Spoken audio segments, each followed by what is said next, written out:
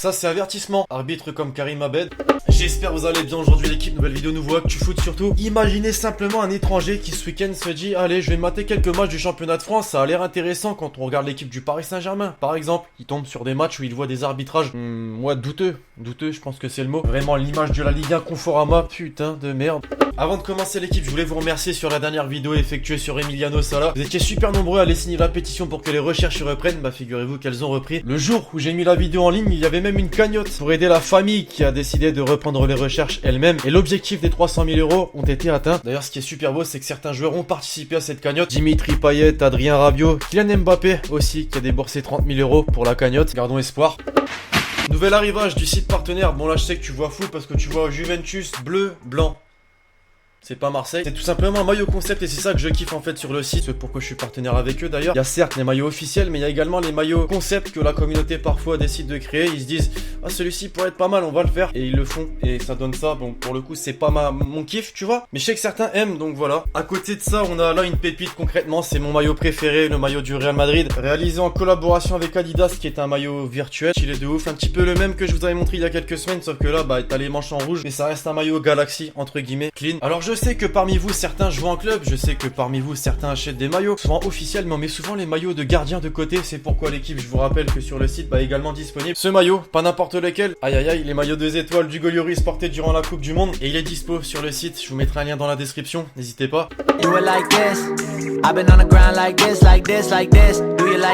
On tire où l'équipe, hein, le petit pouce bleu très important, on va se fixer, d'ailleurs l'objectif des, allez, 4000 likes, let's go, on peut le faire, je compte sur vous.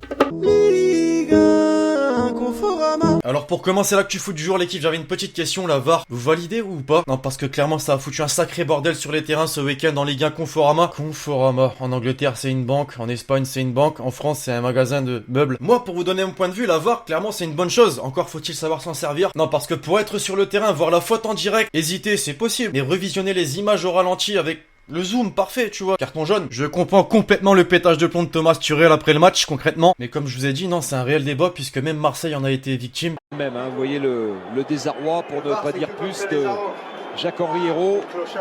Bande de clochards qu'il a dit. Ah ces dernières semaines je voudrais pas être marseillais concrètement. Surtout je viens de voir les amis que les prochains matchs à domicile de l'OM se joueront à huis clos. C'est pas bon les pétards. Pour vous remonter le moral, dites-vous que maintenant vous avez Mario Balotelli. Ça reste mieux que Kostas Mitroglou et Valère Germain. Ok Valère Germain t'a proposé un octogone sans règle.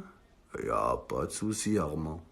J'attends l'heure, le jour, la date, ton passeport, ton permis de conduire, un justificatif de domicile, sans arbitre, octogone, et je vais te baiser toi et ta tête de maïs grillé, tu vas voir. 2019 s'annonce très lourd les amis, vous allez me dire pourquoi, bah on va assister peut-être à un octogone Boubacaris, mais aussi un octogone Valère Germain, Mohamed Eni, non je vous jure, Germain qui répond sur Snap aux vidéos 107 second degré, tu vois, hein, le mec rigole, tu sais que c'est son délire l'humour. Demain je serai à 10h et à 16h30 à la commanderie, centre d'entraînement Robert Louis Dreyfus, on verra qui est derrière un réseau social à se cacher et à dénigrer les autres. Nous sommes une équipe et une équipe a besoin de ses supporters. Cette grimace à part faire le buzz, on ne l'a jamais vu supporter l'OM. Maintenant j'ai envie de dire l'équipe, on attend la date, l'heure, le jour. On est le 28 janvier aujourd'hui l'équipe, alors tout le monde s'en bat les couilles effectivement. Et dans exactement 2 semaines c'est la reprise de la Ligue des Champions. Alors je le dis avec le sourire mais les Parisiens non franchement vous pouvez commencer à sortir les mouchoirs pour pleurer. Neymar qui s'est blessé contre Strasbourg, enfin qui s'est pris 3 coups consécutifs dans la gueule par un Strasbourgeois, sera forfait pour le match contre Manchester United. D'ailleurs cette info l'équipe je l'ai vu sur OneFootball, hein, cette application sponsorise comme toujours cette vidéo, lien dans la description. Et pour être plus précis les amis il sera indisponible jusque mars, en tout cas selon OneFootball, mais également RMC Sport qui ajoute qu'il a été touché au même endroit que lors de sa blessure contre l'Olympique de Marseille l'année dernière. Alors forcément très mauvaise nouvelle, jouer Manchester United qui est en train de remonter dans le classement de Premier League et même en termes de performance. Neymar absent tout comme Paredes, non parce que le mercato du Paris Saint-Germain concrètement, comme Germain face au but ça ne donne rien. Et pourtant dernièrement on a annoncé Leandro Paredes, le joueur du Zénith Saint-Pétersbourg qui aurait trouvé un accord avec le club. Apparemment c'est pas encore fait, non. Écoutez Thomas Tuchel après le match. Oui pour Paredes je dois dire honnêtement, j'attends de lui depuis quelques jours et chaque jour il n'est pas là. J'ai cherché tout le hors de douche, j'ai cherché dans le vestiaire, j'ai cherché dans la salle de kiné, j'ai cherché avec les gardiens, mais il n'est pas là. Mais j'attendais quelques jours, mais quand il n'est pas là, mais on rit, mais normalement on doit pleurer. On doit pleurer normalement, mais parce que c'est 27. Hein. D'accord. Il y a la petite touche d'humour, tu vois, mais non, le transfert n'est pas encore fait.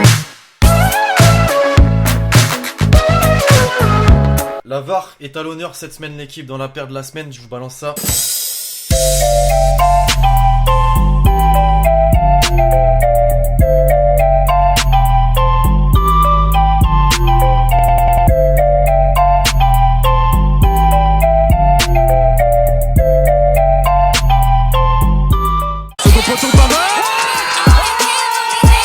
T'as eu la transition, tu connais la recette, tu me feras ton top 3 buts de stop but cette semaine.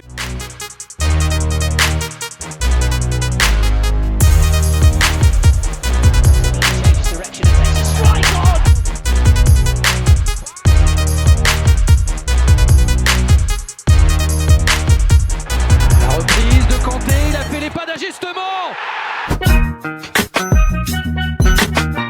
Et pour conclure, l'hashtag Hélène, penses-tu que Lens peut monter en Ligue 1? En fait, c'est pas penses-tu, c'est espères-tu. Ouais, j'espère concrètement, puisque non, on va pas se mentir, le RC Lens fait concrètement de la merde pour avoir vu le match contre le Red Star il y a de ça 2 semaines, défaite 1-0. Ah non, ça va être dur. Mais on va espérer au moins une 3ème place pour jouer les barrages. D'ailleurs, je sais qu'il y a des Lensois sur cette vidéo, vous me donnerez votre avis sur cette question dans les commentaires. Bref, voilà l'équipe, c'est tout pour l'actu foot du jour. J'espère que vous l'avez kiffé, je compte sur vous, c'est le cas pour lâcher le maximum de pouces bleus. Pensez à tous lâcher votre question avec l'hashtag Hélène pour le prochain épisode. D'ici là, je vous donne rendez-vous très prochainement sur la chaîne YouTube pour de nouvelles vidéos. C'était Lexti.